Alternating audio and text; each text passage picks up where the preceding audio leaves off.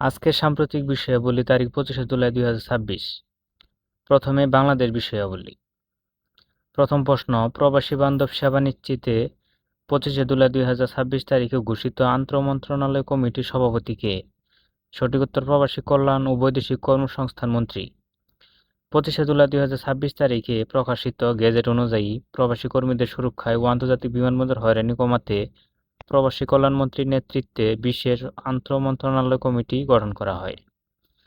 বাংলাদেশের পররাষ্ট্রমন্ত্রী ডক্টর খলিলুর রহমান 25শে জুলাই 2026-এ কোন দেশের 61তম স্বাধীনতা দিবসে বিশেষ অতিথি হিসেবে পৌঁছান? সঠিক উত্তর মালদ্বীপ। দ্বিপাক্ষিক সম্পর্ক উন্নয়ন ও প্রবাসী কর্মীদের সুবিধার্থে মালদ্বীপে 61তম স্বাধীনতা দিবস উপলক্ষে তিনি 3 দিনের সরকারি সফরে মালুতে অবতরণ করেন।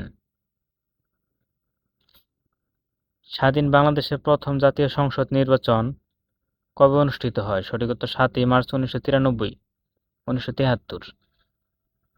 ইউনেস্কো সুন্দরবনকে কততম বিশ্ব ঐতিহ্য বা ওয়ার্ল্ড হেরিটেজ হিসেবে ঘোষণা করে? সঠিক উত্তর 522তম।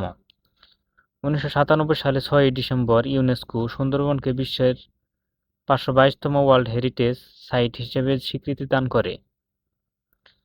বাংলাদেশের জাতীয় পতাকার দৈর্ঘ্য ও প্রস্থের সঠিক অনুপাত কোনটি? সঠিক উত্তর 10:6 বা 5:3।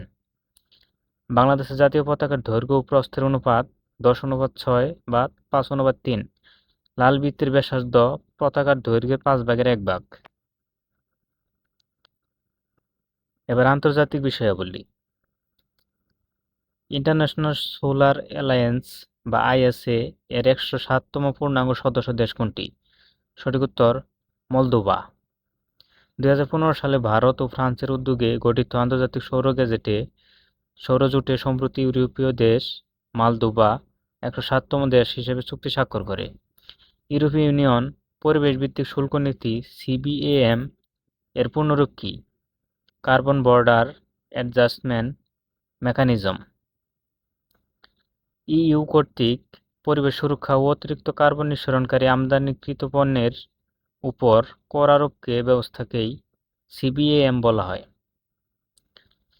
স্বাস্থ্য খাতে কৃত্রিম বুদ্ধিমত্তা পরিচালনায় health AI global regulatory network এ যুক্ত দেশ কোনটি? সঠিক উত্তর ভারত। চিকিৎসা বিজ্ঞানের নিরাপদে ও দায়িত্বশীলভাবে এআই ব্যবহারের গ্লোবাল রেগুলেটরি নেটওয়ার্ক জিআরএন সম্প্রতি ভারত অন্তর্ভুক্ত হয়েছে।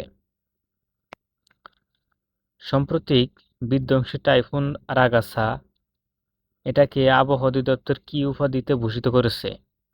King of storms. গতিবেগ ও ক্ষয়ক্ষতির তীব্রতার কারণে চীনের সরকার আবহাওয়া অধিদপ্তর রাগাসাকে কিং অফ স্টর্মস নামে অভিহিত করেছে। 21শে ফেব্রুয়ারি আন্তর্জাতিক মাতৃভাষা দিবস হিসেবে ইউনেস্কো কত সালে স্বীকৃতি দান করে? 1999। 17 নভেম্বর 1999 সালে 30তম সাধারণ অধিবেশনে 21শে ফেব্রুয়ারিকে আন্তর্জাতিক মাতৃভাষা হিসেবে